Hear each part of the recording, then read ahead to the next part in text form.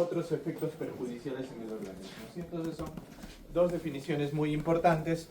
Hay que ver que tenemos diferentes tipos de intoxicaciones. ¿Sí? Vamos a tener intoxicaciones accidentales, en los cuales pueden ser alimenticias, ¿no? Como pueden ser frutas o semillas contaminadas por pesticidas, las picaduras de animales, absorción accidental, por ejemplo, de gases en un accidente, productos de droguería, medicamentosas, ya sea por autoprescripción o por errores de dosis, la drogadicción, los accidentes profesionales, ¿sí? Y la contaminación medioambiental. Pero también vamos a tener intoxicación no accidental, o sea, no es premeditado, ¿no? Por ejemplo, la más clásica, la del etanol, drogas ilegales con fines recreacionales, trastornos psiquiátricos, en los cuales pueden provocar intoxicaciones con fines suicidas, y también excepcionalmente intoxicaciones con fines homicidas. ¿Sí? Entonces ya vamos a entrar a la parte terapéutica. ¿Sí? Este era un pequeño preámbulo. ¿Qué hacer cuando yo tengo un paciente intoxicado? ¿Sí? Cuando tengo un paciente intoxicado, por cualquiera sea el tóxico, tengo que hacer un manejo general. Y esta actuación general va orientada primero a hacer medidas de soporte y reanimación. Eso es lo primero que tengo que hacer, ¿no? Puesto que mi paciente puede venir en paro cardíaco, por ejemplo, o puede venir mi paciente con depresión respiratoria. Entonces, lo primero que debo hacer es medidas de soporte y reanimación. Una vez que ya superé esta etapa, o esta etapa no ha sido necesaria, porque de repente el paciente venía en buenas condiciones, venía lúcido, orientado, pues paso a una historia clínica, un examen físico, y de ser necesario, algunos exámenes de laboratorio. Luego de esto voy a pasar a una etapa en la cual voy a tratar que se disminuya la absorción del tóxico, tratar de descontaminar a la paciente de ese tóxico. Luego de eso viene la etapa de administración de antídotos, si es que hubiera alguno, que más adelante vamos a ver. Luego voy a pasar a la etapa de incrementar la excreción de este tóxico y finalmente medidas no específicas. Entonces vamos a ver a grandes rasgos cada uno de ellos. Primero, resucitación y estabilización. Aquí, ¿qué es? No es nada más que el ABC, ¿sí? Lo primero es un manejo de la vía aérea, ¿no? Si mi paciente viene inconsciente, tengo que hacer maniobras para elevar la mandíbula, aspirar secreciones, colocar un tubo de Mayo o finalmente colocar un tubo endotraqueal, ¿no? Si en caso esto lo merite. La B es asistir a la ventilación, ¿no? Esto puede ser una ventilación boca a boca, si es que obviamente el tóxico me lo permite, o una ventilación mediante bambú, ¿sí? Y finalmente la C, que es mantener la circulación. Pues si mi paciente viene en paro cardíaco, tengo que hacer mi RCP básico y iniciar vasopresores en el caso de que el paciente esté en shock, ¿sí? Para esta parte ya mi paciente tiene que tener estas tres cosas obligatoriamente: un monitoreo cardíaco, una oximetría de pulso y tengo que tener una vía endovenosa permeable, ¿sí? En esta etapa inicial.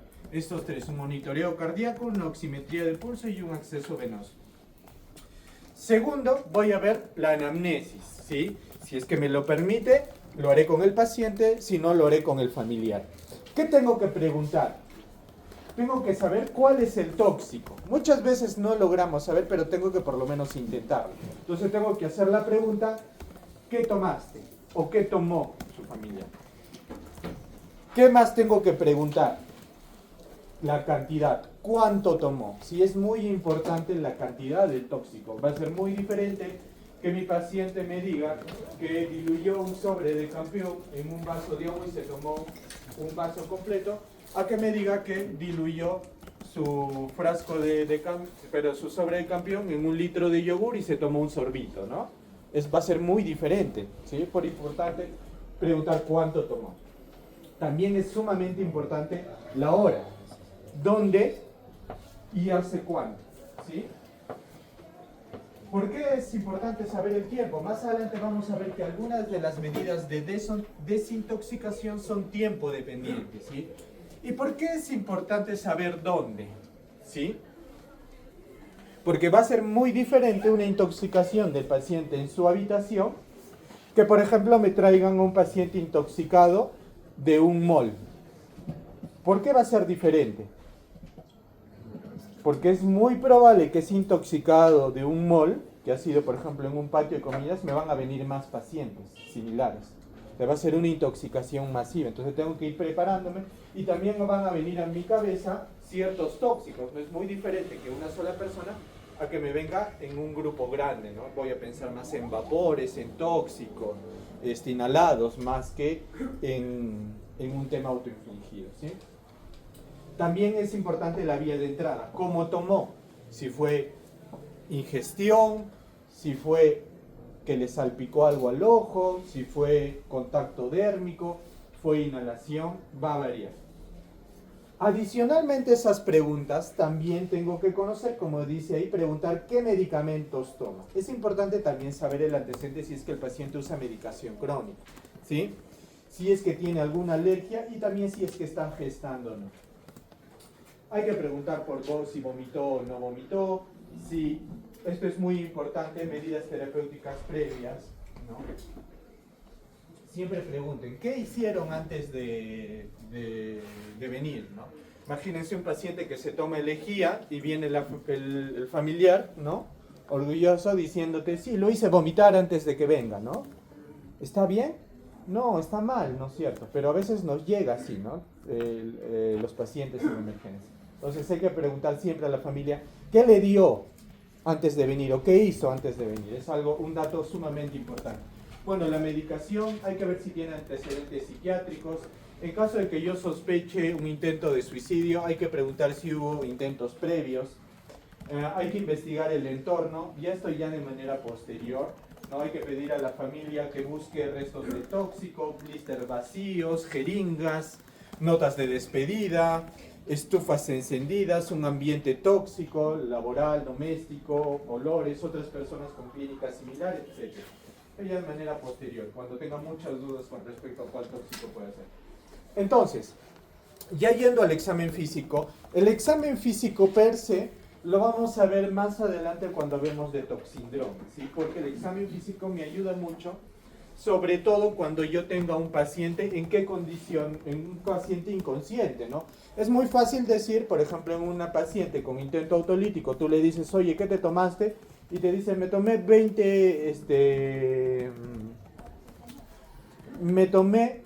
20 tabletas de metformina, por ejemplo, ¿no?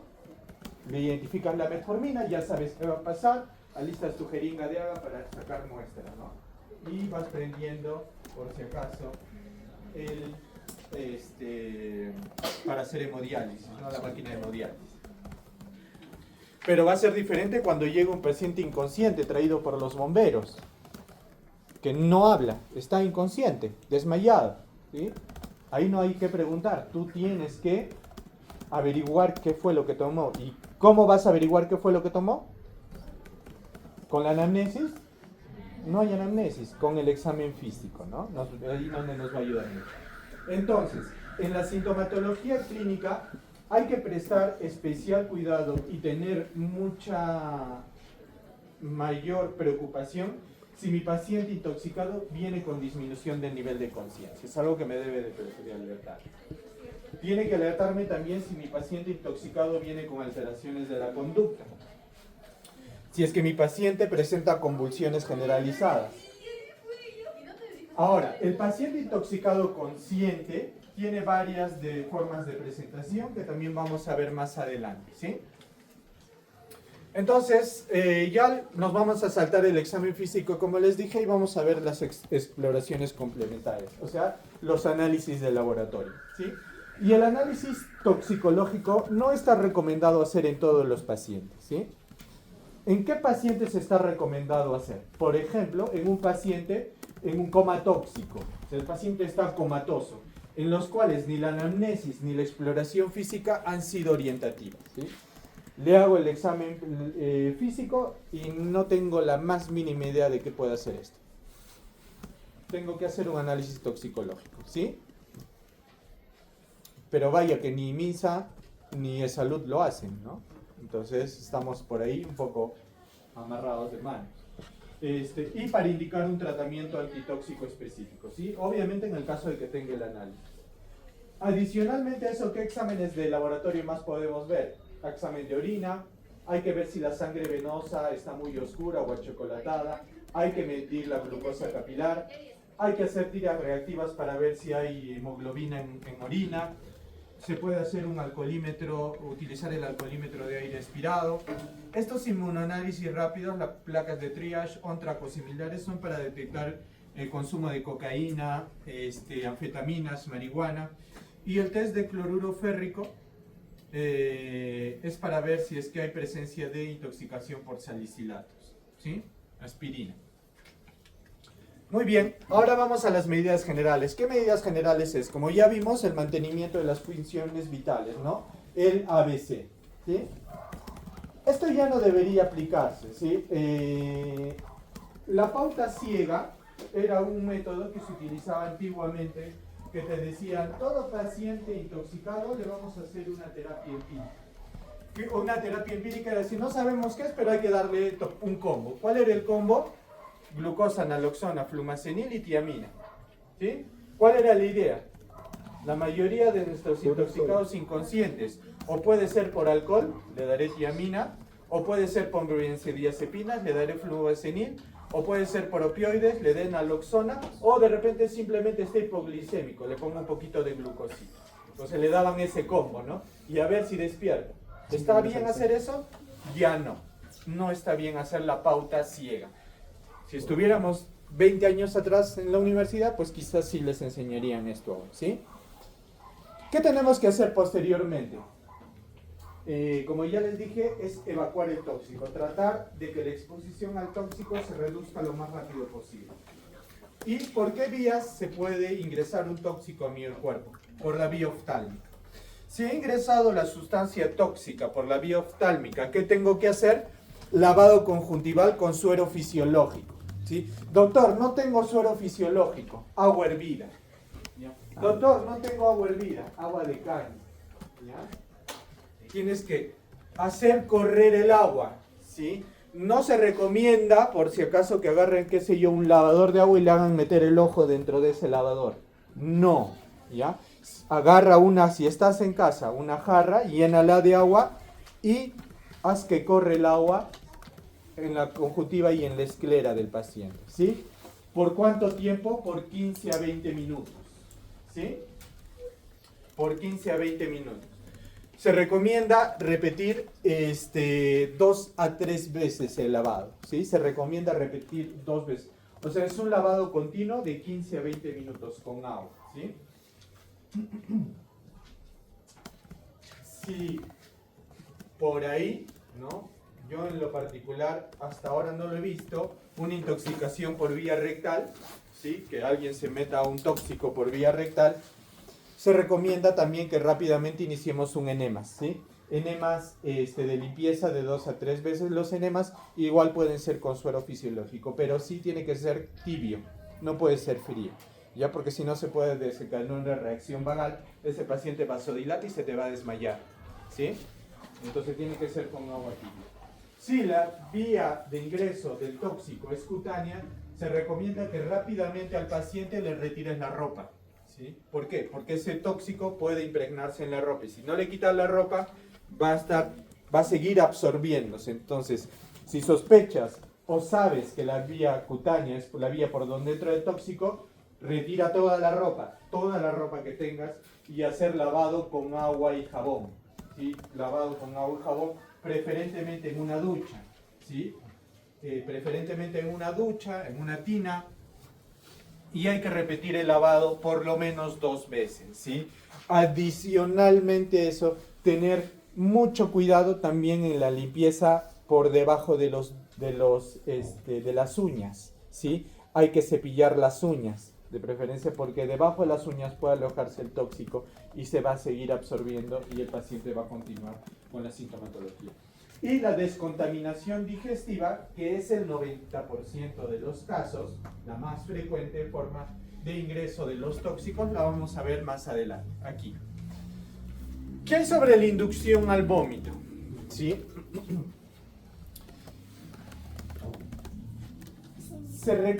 La inducción al vómito podría utilizarse siempre y cuando no haya transcurrido más de 3 a 4 horas y que el tóxico tenga nula afinidad por el carbón activado, ¿sí? Como por ejemplo el carbonato de litio o el sulfato de hierro, ¿sí? Va a estar contraindicado inducir al vómito cuando se trata de cáusticos, cuando se trata de petróleo, cuando la paciente está embarazada o el paciente está en shock, ¿sí? Hay unos eméticos, ¿sí? Unos fármacos eméticos. ¿Qué quiere decir? Que te estimulan los vómitos, como el jarabe de ipecacuana, ¿sí? Que se prepara 30 mililitros en 200 mililitros, 30 mililitros del jarabe en 200 mililitros de agua tibia, te tomabas eso y empezabas a vomitar como el loco. Ya no está recomendado, ¿sí? No está recomendado utilizar esos, los jarabes que inducen al vómito, ¿sí? ¿Qué hay con respecto al aspirado y lavado gástrico? Que es en realidad lo que más se hace en nuestro medio, ¿sí? No está recomendado, ¿sí? La mayoría de guías, si ustedes leen protocolos norteamericanos, protocolos europeos, inclusive los norteamericanos proscriben el uso de lavado gástrico. Sin embargo, en Latinoamérica lo continuamos haciendo. ¿Por qué? Sobre todo porque no tenemos disponible el carbón activado, que es lo que deberíamos aplicar de acuerdo a normas. Entonces lo que nos queda muchas veces es hacer lavado gástrico, ¿sí? ¿Qué tenemos sobre el lavado gástrico? Para hacer un lavado gástrico, el paciente tiene que estar consciente, sí o sí. Ojo, no puedo hacer un lavado gástrico si mi paciente está inconsciente o con compromiso del sensorio. ¿Estamos claros? Y si es que a pesar de eso yo quiero hacerle lavado, tengo que intubar previamente al paciente. El paciente tiene que estar intubado, ¿sí? De otro modo, no puedo hacer el lavado gástrico, ¿sí? Sobre todo está recomendado el lavado gástrico cuando el paciente ha ingerido grandes cantidades del tóxico e idealmente esté dentro de la primera hora. Pero sin embargo, se podría intentar hasta después de 3 a 4 horas de ingerido el tóxico. Pero el tiempo ideal es 1 hora después de ingerido el tóxico, ¿sí? Sí se puede realizar el paciente que esté en shock o disminución del estado de conciencia en casos, digamos, donde no tienes carbón activado. En casos donde no tienes carbón activado, puedes utilizarlo si el paciente está en shock o hay disminución del nivel de conciencia, ¿sí?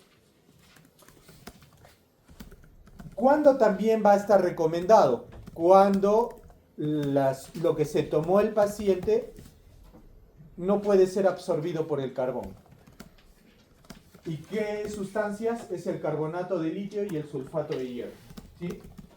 ¿Tiene contraindicaciones? Sí. ¿Cuáles son las contraindicaciones del lavado gástrico? Chicos, y esto es algo que sí ustedes tienen que saber bien, porque el próximo año que sean internos, adivinen quién hace el lavado gástrico. El interno, ¿no es cierto? ¿Sí? Jamás en la vida un asistente y un residente se va a ensuciar, ¿no? Haciendo un lavado gástrico, ustedes lo van a hacer.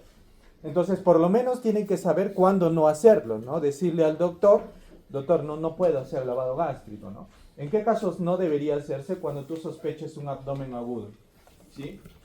Cuando el paciente en el último mes haya tenido una cirugía digestiva. O sea, si tu paciente viene y dice que hace 15 días hizo un bypass gástrico, por ejemplo, contraindicado el lavado, ¿sí?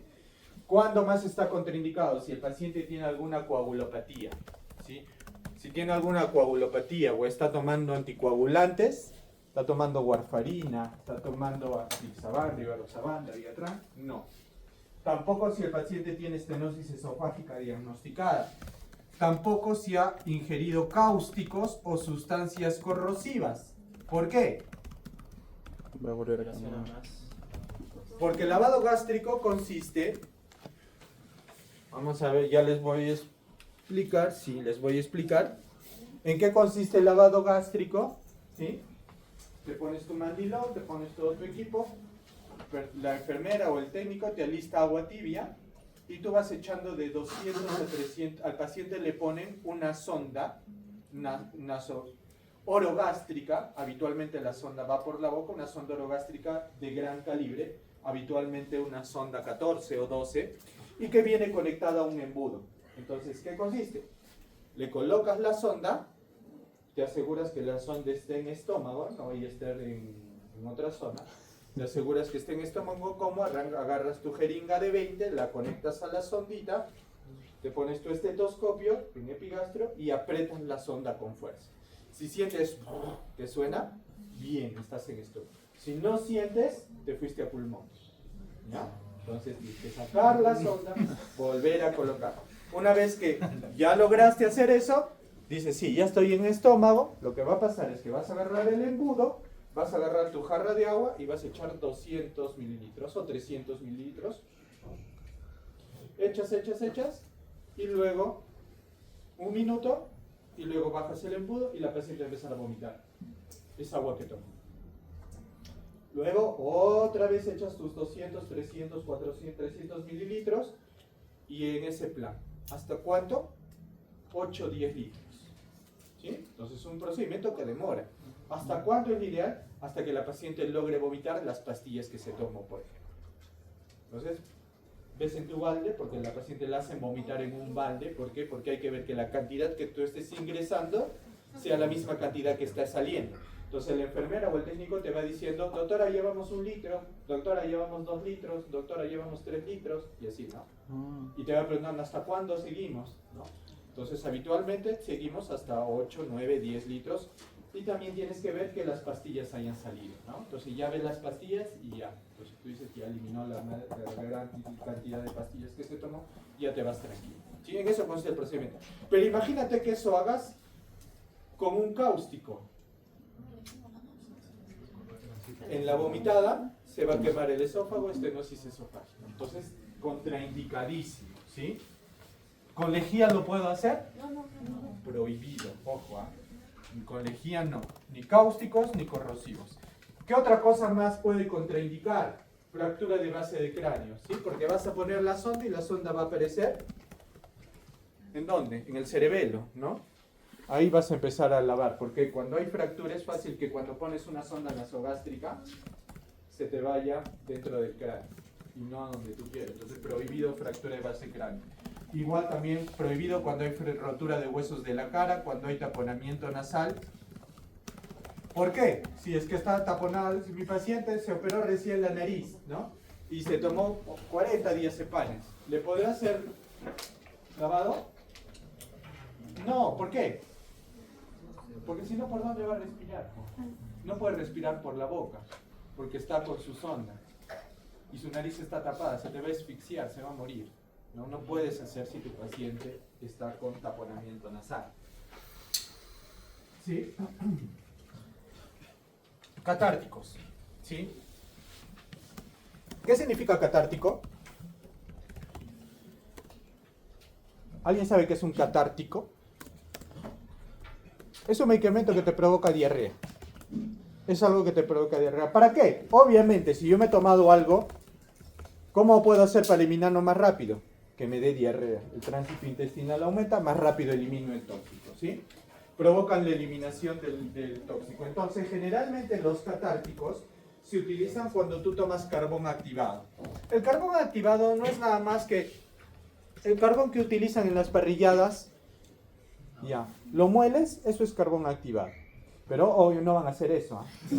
O sea, tiene que pasar por un proceso de bioseguridad, porque es un fármaco, ¿no? Tiene que tener registro sanitario, tiene que tener una preparación industrial, no artesanal, ¿no? Entonces, pero en buena cuenta te están dando carbón, en polvo, diluido. Tú te tomas ese carbón y ese carbón al ingresar a tu estómago captura el tóxico, lo envuelve, lo abraza, lo absorbe, no deja que tu cuerpo lo absorba. Pero ¿qué pasa? El carbón activado se queda ahí, quietecito en tu estómago. Entonces, ¿tú qué tienes que hacer? Te tienen que dar catárticos para que ese carbón lo puedas eliminar en las heces, rápidamente, ¿no? Entonces, ¿qué catárticos tenemos? La leche de magnesio, el hidróxido de magnesio, o el sorbitol al 70%, o el manitol al 20%, que se dan 1 mililitro por kilo. El mismo manitol que utilizamos para el edema cerebral, ese manitol te provoca full diarrea. ¿Sí? Muy bien, ¿a qué dosis 1 mililitro por kilo? ¿sí? La neutralización del tóxico consiste en la utilización de productos que actúan en combinación física o sustancias que lo hacen en forma química o fisiológica con el objetivo de bloquear la acción. ¿Cuál tenemos? El carbón activado. Es el que deberíamos utilizarlo idealmente, ¿no?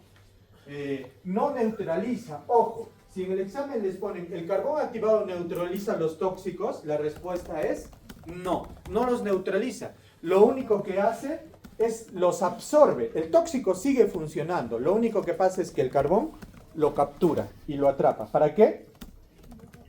Para que tú lo puedas eliminar después por las heces, ¿no? Entonces es un absorbente. Actualmente todas las guías coinciden en que es el mejor procedimiento para la descontaminación digestiva, ¿sí? Es el mejor procedimiento para la descontaminación digestiva. ¿Cuál es la dosis del carbón activado? La dosis del carbón activado es de 25 a 50 gramos, aproximadamente 1 gramo por kilo, hasta un máximo de 50, de manera inicial, disueltos el carbón en 200 a 250 cc de agua, ¿sí? De modo que la proporción carbón tóxico sea 10 a 1. ¿Qué quiere decir esto? Porque de repente no pueden entenderme muy bien. Yo agarro mi sobrecito de carbón activado de 50 y lo mezclo en 250 mililitros de agua, ¿sí? Y ya tengo mi preparación. ¿Cuánto tengo? 250. ¿Cuánto tiene que recibir el paciente? Depende del volumen del tóxico. ¿Qué quiere decir? Cuando yo pregunté cuánto, entonces yo le digo al paciente, le digo, ¿cuánto te tomaste de chica verano, que es el otro veneno de moda? ¿Ya? Y me dicen, doctor, me tomé un vaso de agua. ¿Un vaso de agua cuántos mililitros es? Aproximadamente. 150 mililitros, 200 mililitros. Vamos a decir 200 mililitros. ¿Cuánto de carbón activado le tienes que dar? 2 litros. 2 litros. ¿Por qué? Porque la proporción es 10 de carbón por 1 de tóxico. Y si tengo 200 mililitros de tóxico, tendré que consumir 2 litros de carbón. Entonces prepararé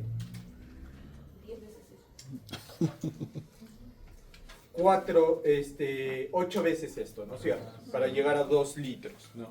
Si me dice, doctor, me tomé 10 pastillas de clonazepam, ¿sí?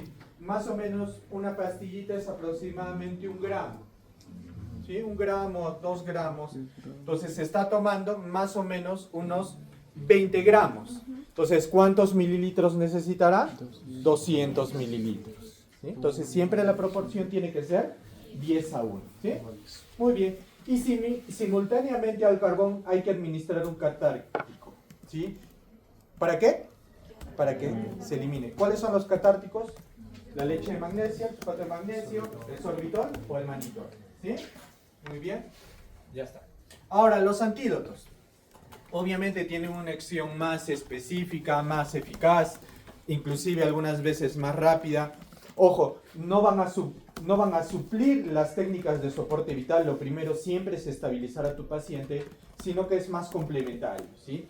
Y mientras más rápido se administren, es mejor, ¿sí? Mientras más rápido se administren los antídotos, es mejor, ¿sí?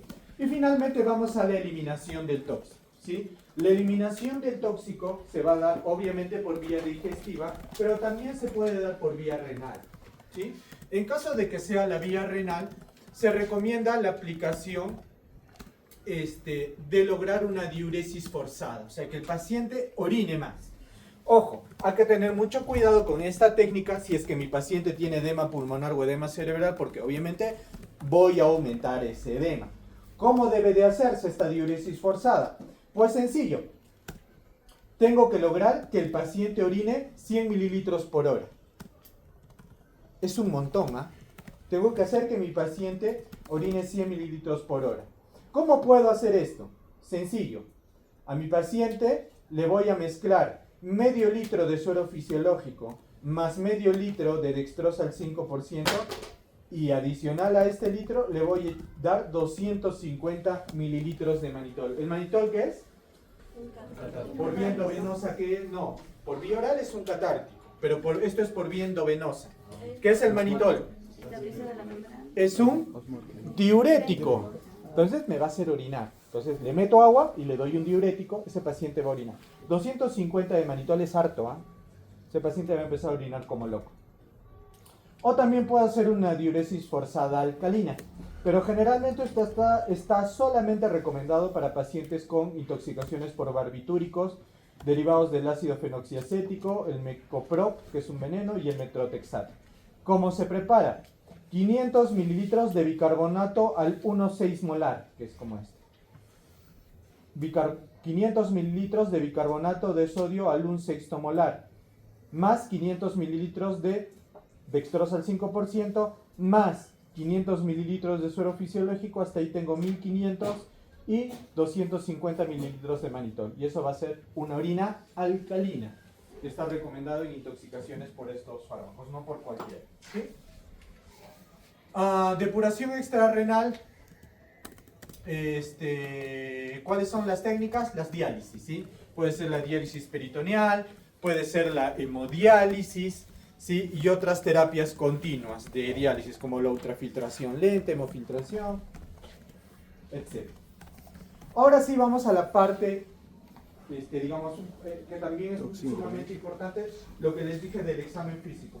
Para resumir, esto se llama toxindromes. ¿Por qué se llama toxindromes? Porque son síndromes tóxicos. O sea, son un conjunto de signos y síntomas que me van a orientar a mí, como médico, a una determinada causa. ¿Cuándo voy a aplicar los toxindromes? Cuando yo tenga dudas o mi paciente no me refiera cuál es el tóxico que ha ingerido, ¿sí? ¿Y cuáles son estos toxindromes? Todos los que tenemos aquí. ¿Cuáles son los importantes que ustedes tienen que conocer bien como médicos, futuros médicos generales? El síndrome adrenérgico o simpático mimético, el síndrome anticolinérgico, el síndrome colinérgico, y estos dos que vienen a ser uno, el síndrome opioide narcótico, sedativo hipnótico. Y ya no vemos tanto el alucinógeno, muy raro lo vemos el alucinógeno, ¿sí? El LSD ya pasó de moda. Muy raro lo vemos. Entonces vamos a ver qué tiene cada uno de ellos, ¿ya? En el simpático mimético está producido por sustancias adrenérgicas que secretan adrenalina, ¿sí? Uf, no se ve bien, ¿no? La parte blanca. Ya. Se los voy a decir. Bueno, ya cuando lo tengan esto ya lo van a leer, ¿ya? ¿Qué fármacos me pueden provocar este síndrome adrenérgico? ¿Ya? La cocaína, las anfetaminas, ¿sí? La efedrina, que viene en los antigripales, ¿sí? La efedrina es para evitar la rinorrea, ¿sí?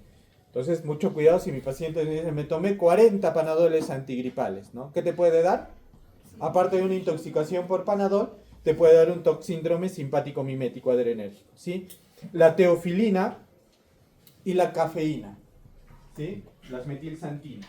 Entonces, si te tomas 20 tazas de café, ¿sí? Porque que no apruebas medicina, pues puedes tener este síndrome. ¿Cómo va a estar el estado mental del paciente? Obviamente los que hemos tomado café en exceso, ¿cómo estamos? Hiperalertas, ¿no? Agitados, ¿sí? Un poco angustiados inclusive. Si alguien ve nuestras pupilas, ¿cómo van a estar esas pupilas? Obviamente van a estar midriáticas, ¿no? Van a estar súper midriáticas. La mayoría de signos vitales van a estar, signos vitales van a estar aumentados. ¿Qué quiere decir? Vas a estar taquicárdico, vas a estar taquipneico, tu presión arterial va a estar elevada. ¿Qué más? Vas a tener diaforesis, vas a estar sudando, vas a estar tembloroso, ¿sí? Vas a estar hiperrefléctico y en casos severos puedes presentar convulsión, ¿sí? Si quieren hacer la prueba de cómo es los síntomas, por favor háganlo con cafeína, no con cocaína, ¿ya? Es más seguro. El anticolinérgico, el toxindrome anticolinérgico, tiene un tip, ¿sí? ¿Qué medicamentos provocan este síndrome todos los que empiezan con anti. Entonces, ¿qué anti? Los antihistamínicos me pueden dar esto. Los antidepresivos tricíclicos, los antiespasmódicos, los antiparkinsonianos y la atropina, ¿sí? Todos los antis me van a dar el síndrome anticolinérgico, ¿sí? El síndrome anticolinérgico. ¿Cómo va a estar el paciente con un síndrome anticolinérgico, ¿no? Entonces, por ejemplo, yo en el hospital, ¿sí? Cuando tengo un interno lento que está pasando visita que así a las justas de casualmente le pongo una ampolla de atropina, ¿sí? Para que despierte. ¿Qué pasa cuando te ponen una ampolla de atropina? Hipervigilia, ¿no? Está atento. Así está como que mirando, no puede dormir, está ansioso. ¿Qué más? Agitado. ¿Qué más? Puede presentar alucinaciones. Y si se nos pasa un poquito la dosis, puede entrar en coma. ¿Sí? ¿Cómo van a estar sus pupilas? Supermidriáticas, ¿sí? Supermidriáticas. Y eso también altera la visión, ¿sí? Altera la visión. Los signos vitales van a estar aumentados, o sea, va a haber taquicardia, va a haber taquipnia. Algo bien característico es que la piel se torna seca, pero seca y roja, rubicunda. Va a haber disminución de la peristalsis, ¿sí? Los ruidos hidroaéreos van a estar muy disminuidos, el paciente va a estar estreñido, va a estar con retención urinaria, no va a poder orinar, ¿sí? Va a tener mioclonus y puede tener corioatetopsia, ¿sí? Entonces vean que estos dos pueden tener pupilas midriáticas, ¿sí? Y si yo tengo un síndrome anticolinérgico, voy a tener también un síndrome colinérgico. Y obviamente va a ser, clínicamente, todo lo opuesto. ¿Cómo van a estar sus pupilas? Mióticas. ¿Cómo van a estar sus signos vitales? Bradicárdico, la presión arterial baja. Si acá estaba seco, ¿cómo estará acá? Húmedo. Salivación, broncorrea, orina harto, incontinencia fecal, va a ser agua por todo lado ese paciente, va a estar sudoroso, llorando, botando full moco, babeando, haciéndose diarrea, orinándose, agua por todo lado, ¿sí? Eso es un síndrome colinérgico, ¿sí? Va a tener broncoconstricción, puedes escucharle sibilantes, va a tener fasciculaciones, o sea, como si hormiguitas caminaran por su piel, Ese es un síndrome colinérgico, ¿es importante? Sí, chicos, porque es el que más van a ver ustedes, ¿sí? Si alguno de ustedes ha tomado veneno para ratas, si alguno de ustedes ha tomado alguna vez, pues puede dar fe que ha tenido estas cosas, ¿sí? Ha tenido hipersalivación, ha estado sudoroso, ha tenido fasciculaciones, ha estado midriático, ha estado confundido. ¿Qué es lo que me provoca esto? Los insecticidas, los organofosforados y los carbamatos. Los organofosforados se van a dar sobre todo en personas que se dedican a la agricultura, porque vienen que ya no deberían venir. De hecho, está prohibido que insecticidas traigan organofosforados, ¿sí? Está prohibido en todo el mundo. ¿Pero dónde estamos? En Perú, ¿no es cierto? Y acá, como es más barato, hay gente que sigue comprando por lo bajo, de contrabando de Bolivia, productos para fumigación con organofosforados. Seguimos teniendo eso. Ya no tanto como hace algunos años, pero todavía podemos ver. Pero lo que sí tenemos harto es carbamatos. Los venenos para ratas tienen carbamatos, ¿sí? Y los pacientes con intentos autolíticos, con fines suicidas, se toman con mucha frecuencia esto, ¿sí? Eso lo tenemos diario. Pero ojo, también me puede provocar un síndrome colinérgico el exceso de nicotina, ¿sí? La neostigmina, la fisostigmina también me pueden provocar lo mismo, ¿sí? Ese es un síndrome colinérgico, ¿ya? Vean bien, colinérgico con anticolinérgico, ¿sí? ¿Qué otros toxindrome tenemos? Muy frecuente la intoxicación actualmente por benzodiazepinas, ¿sí? Paciente que se toma full clonazepams. ¿Cómo va a venir ese paciente o cómo se llama ese toxindrome? Se llama sedativo hipnótico. Y ojo, no lo da solo las benzodiazepinas, sino los barbitúricos y también el alcohol, ¿sí? Entonces, chicos, tengan mucho cuidado con las peperas. ¿Por qué? Porque les combina alcohol con... ¿Sí? Entonces, el toxindrome se pone más intenso cuando mezclamos benzodiazepinas o barbitúricos con alcohol. ¿Qué va a presentar mi paciente? Depresión del sistema nervioso central, confusión, estupor y coma.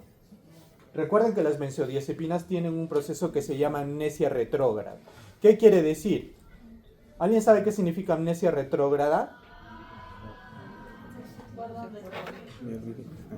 se acuerda de lo que pasó, o sea, no se acuerda desde que consumió. Exacto, o sea, ¿qué pasa, no? Tú, por ejemplo, estás en una discoteca el fin de semana, ¿sí? Conoces una chica y dices, sí, bueno, ya por fin, ¿no? Te invita a algo,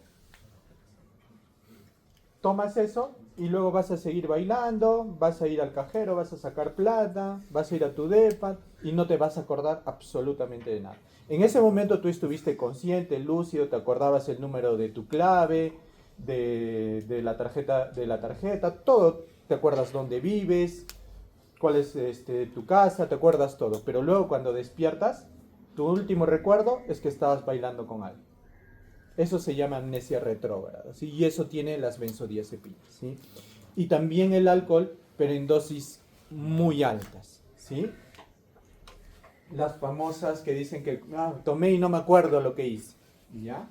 Por si acaso eso es de cuando ustedes toman y no se acuerdan lo que dicen, es un palíndrome y eso ya es un indicio de alcoholismo, ojo, tengan mucho cuidado, ¿sí? Luego vamos a tener solamente, es importante también, ahorita sobre todo en médicos, la población que más intoxicaciones por opioides tiene es nosotros, la profesión médica. ¿Sí? Casi no se ve intoxicaciones por opioides en el Perú, en otra población que no sea la médica. ¿Sí? ¿Qué medicamentos, qué fármacos pueden tener? Heroína, morfina, la metadona, la oxicodona, el difenoxilato y sobre todo el fentanilo. ¿Sí? ¿Qué va a provocar? Depresión del sistema nervioso central y coma. ¿Cómo va a estar mi paciente? Las pupilas mióticas. Todos los signos vitales tirados abajo con depresión respiratoria. El paciente va a tener frecuencias respiratorias de 6, 5, 4, 8. El paciente, sus reflejos van a estar abolidos. El paciente va a parecer una malagua, ¿sí? Va a tener edema pulmonar y hay que identificar hematomas por uso de agujas. Es muy raro, aquí en el Perú todavía no llegamos a ese nivel de adicción, pero hay que tener mucho cuidado porque los pacientes, sobre todo médicos, drogadictos por fentanilo, se administran el medicamento entre los dedos del pie. Siempre verifiquen un paciente en el que sospechen que no tenga agujas de punción. El médico nunca se va a inyectar aquí, que es lo clásico en el drogadicto común y corriente, ¿sí? El médico o se inyecta entre los dedos o se inyecta en la raíz del pene el fármaco, el fentanilo, ¿sí? Entonces hay que revisar esas zonas siempre cuando yo sospeche de un paciente que sé que es personal de salud y venga con este toxindrome, ¿sí? De depresión del sistema nervioso central y la pupila muy afectadas, ¿sí? Obviamente el paciente por benzodiazepinas no va a tener esas agujas, las inyecciones, ¿sí? Bueno, el alucinógeno ya lo van a revisar, el serotoninérgico también. Esto nos puede ayudar un poco también a diferenciar, ¿sí? Ahí pueden ver el color de la piel, el olor. Si huele a acetonas, cetoacidosis alcohólica. Si huele a almendras, cianuro. Si huele a ajo, órgano fosforado. Si huele a huevo podrido, el disulfiram, ¿sí? ¿Qué es el disulfiram? El metronidazol con alcohol, ¿sí? El metronidazol con alcohol o el sulfametosazol trimetropin con alcohol. Olor a petróleo, si el paciente se toma hidrocarburos. El tamaño de las pupilas, ya vimos, ¿no? Si hay miosis, síndrome colinérgico, opiáceos. Si hay midriasis, anticolinérgico, el simpático mimético por cocaína, ¿sí? Benzodiazepinas, ¿sí? En benzodiazepinas ya hemos visto cuál es el toxindrome. Vamos a ir al antídoto. ¿Cuál es el antídoto de benzodiazepinas? Flumacenilo. ¿Cómo se administra? Por si acaso la ampolla viene de 0. Hoy no salió la imagen. Ya, viene de 0.5 miligramos por mililitro. Se administran de 0.2 a 0.5 miligramos en bolo por vía endovenosa durante 2 minutos. ¿Por qué durante 2 minutos? Tiene que estar ahí paradito por 2 minutos. Pasando. ¿Sí? Si hay respuesta, diluyes 4 ampollas en medio litro de dextrosa y se lo pasas en 4 horas en infusión continua. Si no hay respuesta, le das 0.3 en 3 minutos. Si no hay respuesta, le das 0.5 en 5 minutos. ¿Sí? Hasta un máximo. Y luego le vas administrando 0,5, 0,5, 0,5 hasta llegar a 3. ¿Sí? El mayor riesgo son los cuadros convulsivos. Está contraindicado dar flumazenil si el paciente tiene antecedente de epilepsia. ¿Sí? Ojo, el flumazenil es temporal. Habitualmente lo que nosotros hacemos cuando tenemos un paciente con intoxicación por benzodiazepina, muchas veces utilizamos el flumazenil solamente para diagnóstico. Porque en sí no es un antídoto per se. ¿A qué me refiero? Si tú tienes un paciente en el cual tú dices, sí, me parece que es benzodiazepinas, vamos a probar, usas el flumazenil. Entonces, le administras, el paciente despierta y dices, bingo, esto es benzodiazepinas. Y luego otra vez se va a dormir. Entonces ahí lo único que tienes que hacer es hidratarlo, vigilar sus funciones vitales, hidratarlo y esperar que elimine el fármaco, ¿sí? Y vigilar la función respiratoria. ¿Cuál es el principal problema con la intoxicación por benzodiazepinas? Que el paciente haga depresión respiratoria, que deje de respirar. Entonces tienes que ir monitorizando la frecuencia respiratoria, ¿sí? Y el flumazenil nos ayuda en esto, ¿no? Pero no es que tú le administras una ampolla y el paciente ya se va a despertar y no se va a volver a dormir. Ese paciente se va a volver a dormir, ¿sí? Barbitúricos, ¿sí? En barbitúricos, fenobarbital, el prototipo del barbitúrico, el tratamiento solo son medidas de soporte porque en realidad no tenemos un antídoto específico para barbitúricos, ¿sí? En el caso de intoxicación por antidepresivos, vamos a empezar con la amitriptilina, ¿sí? En la amitriptilina tampoco no vamos a tener un antídoto específico, ¿sí? Solo hay que vigilar las principales complicaciones que pueda tener el paciente, ¿sí? En el caso de intoxicación por antidepresivos, como ya vimos, podemos utilizar la orina alcalina, ¿sí? También puedo utilizar el lavado gástrico, ¿sí? Paracetamol.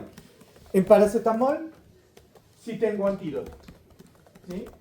Pero lograr una intoxicación por paracetamol es con dosis muy altas, ¿sí? En adultos, más o menos de 7.5 a 8 gramos, ¿sí? Las primeras 8 horas post-administración aparecen síntomas inespecíficos como náuseas, vómitos, anorexia, diaforesis y malestar. ¿Cuál va a ser el problema con la intoxicación por paracetamol? La falla hepática, ¿sí? Y la falla hepática habitualmente aparece a partir de las 12 a 48 horas post-ingesta, ¿sí? ¿Cómo se manifiesta esa falla hepática? Inicialmente se va a manifestar con elevación de TGO, TGP. Posteriormente el paciente va a ponerse encefalopático, va a haber hipoglicemia, va a haber acidosis metabólica. ¿Cuál es el antídoto? N-acetilcisteína. ¿Sí? ¿El mismo que utilizamos como mucolítico? Sí, ese mismo, pero a dosis alta, ¿sí? En ampolla, viene en ampollas, ¿sí?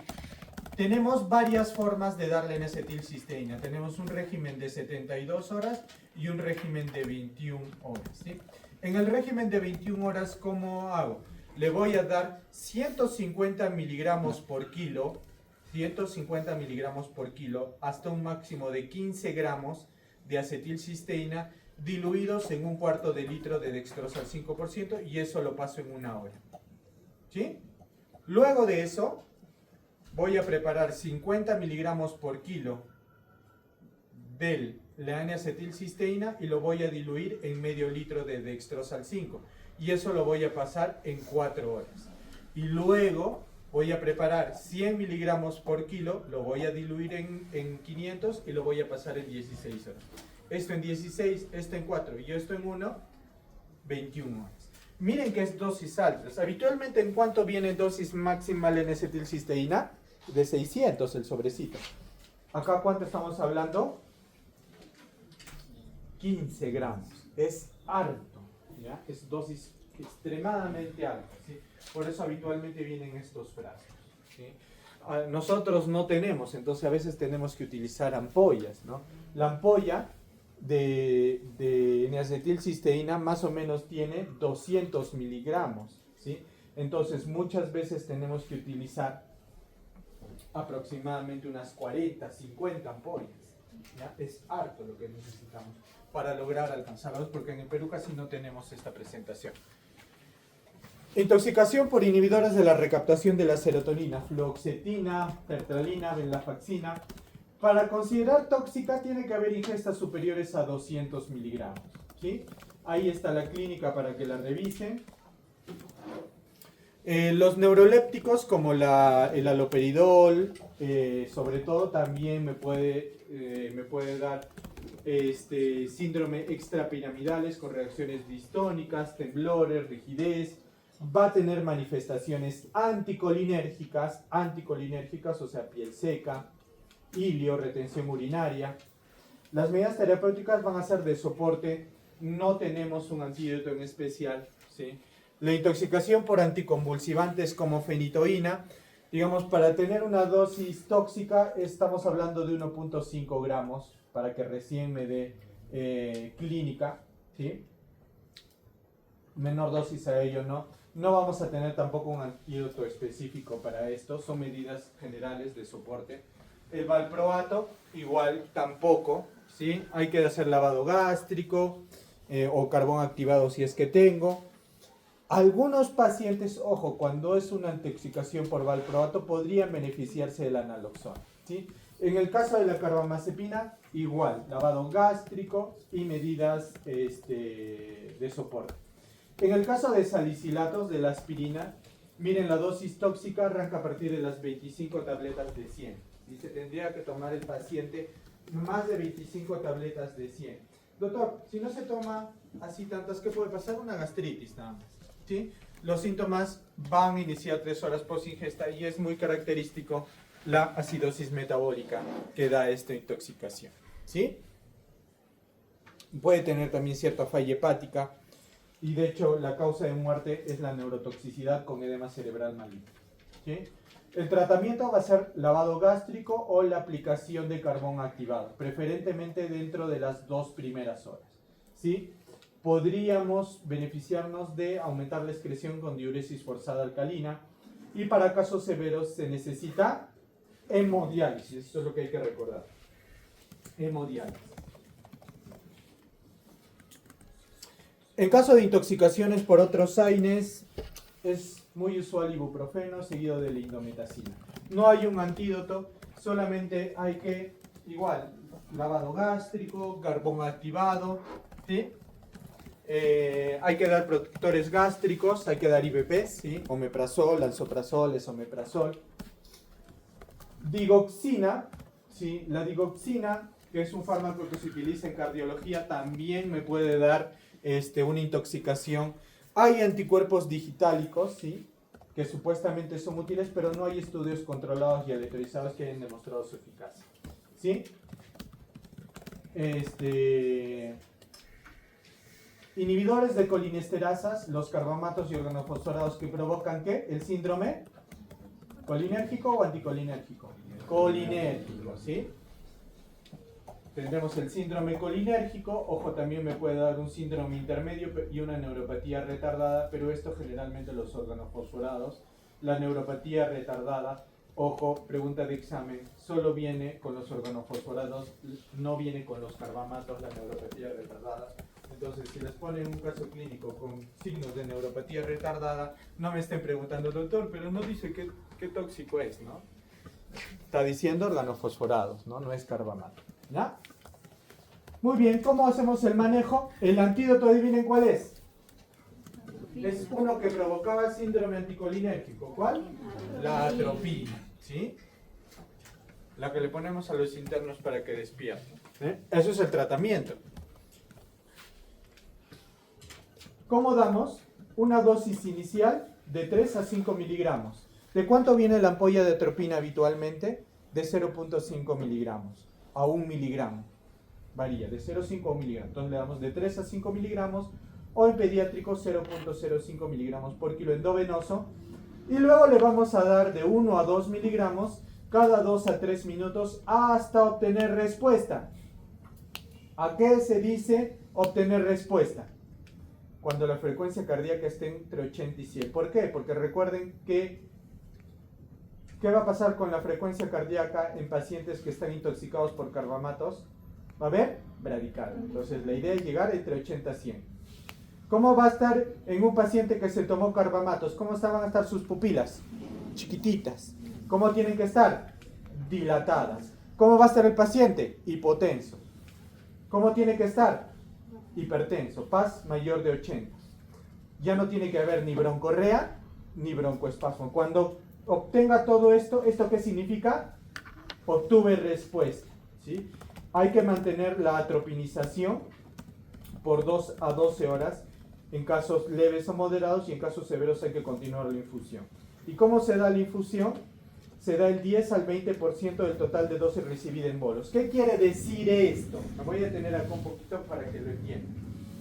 Cuando yo voy a dar una infusión, tengo que dar el 10 al 20% del total de dosis. ¿Qué quiere decir? Yo voy a dar 1 a 2 miligramos cada 2 a 3 minutos hasta obtener respuesta. ¿Cuánto tiempo puedo tardar en obtener respuesta? Yo he tenido pacientes que han demorado 6 horas en obtener respuesta. Y teníamos así un balde lleno de atropinas. ¿Sí?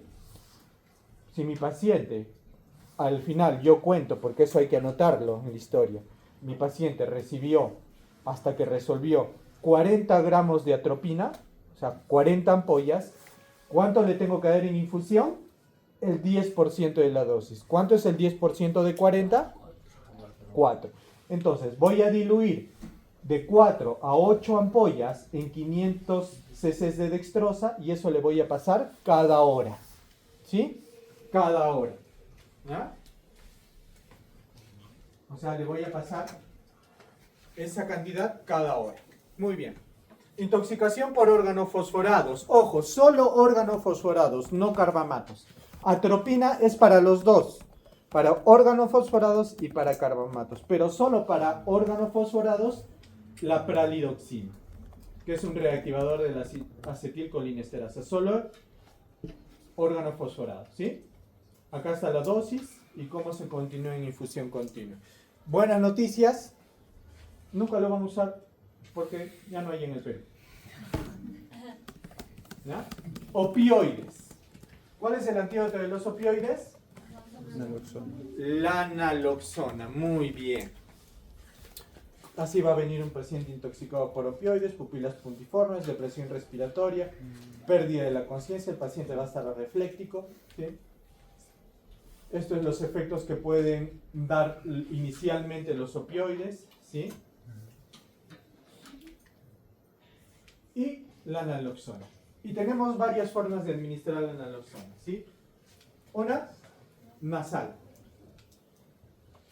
Cada spray nasal da de 2 a 4 miligramos de naloxona, y eso aplicamos un spray en cada fosa nasal, ¿sí?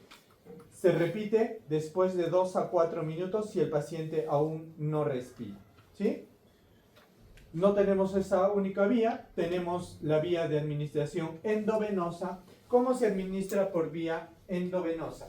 En pacientes que nunca han utilizado opioides, yo le puedo dar de 0.2 a 0.4 miligramos endovenoso, o hasta 2 miligramos en casos severos como dosis inicial.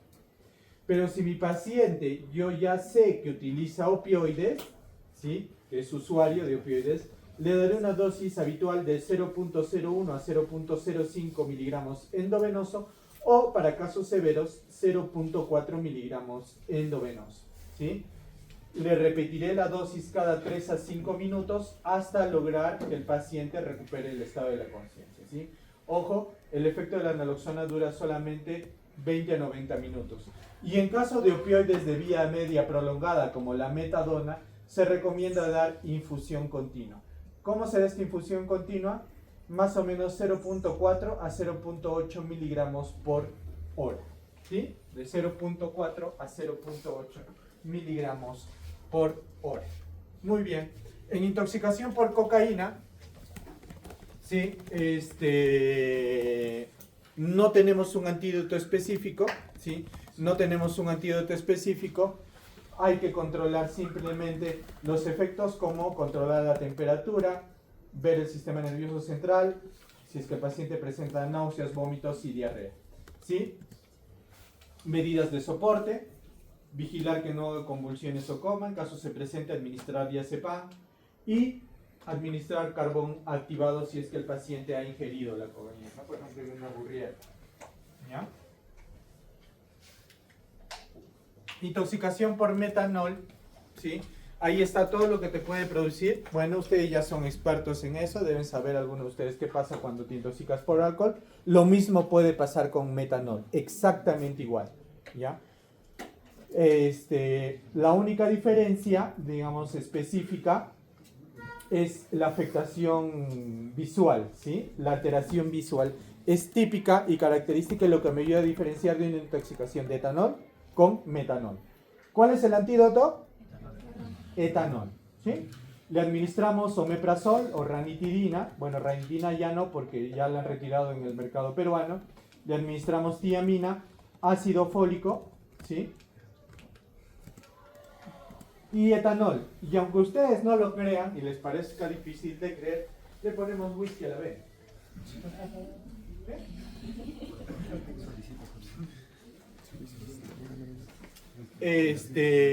O se lo haces tomar al paciente, ¿sí? ¿No? Y hay que tener mucho cuidado porque hay pacientes que saben de esto, ¿no? Y se toman metanol a propósito porque saben que les van a dar buen licor en la emergencia, ¿sí? Ese es el tratamiento. Tienes que emborracharlos con etanol. ¿Cuánto? Infusión endovenosa de 0.5 a 1 mililitro de etanol por kilo de peso durante 15 a 30 minutos. Y luego una dosis de mantenimiento de 0.16 de etanol por kilo de peso por hora durante 72 horas. O sea, se garantizó 3 días de juerga continua, ¿sí? Por si acaso, esto es etanol absoluto. ¿Cómo lo calculo? Si utilizo whisky, el whisky tiene 45% de etanol absoluto. Si utilizo aguardiente, 35%. Si utilizo vodka, entre 40 y 45 y hacen los cálculos respectivos, ¿sí? Por si acaso, esto es muy frecuente en zonas altoandinas. Probablemente en su serum puedan tener algo de esto. ¿Sí? Entonces, si viene un paciente con alteración, le dicen, ¿qué le tienes que dar? Licor, ¿ya? Doctor, ¿por vía oral? Puedes darle por vía oral o por vía endovenosa. ¿Por qué preferimos whisky? Porque digamos que es un licor que garantiza que no está alterado, adulterado, ¿no? Entonces es más seguro para administrarlo por vía endovenosa, ¿no? No vas a comprar pues piedra, ¿no? De la calle y pasarle por la vena, se va a morir el paciente, ¿no? Tiene que ser un whisky, ¿ya? Muy bien, chicos, eso es todo. La lista, ¿quién tiene la lista? Por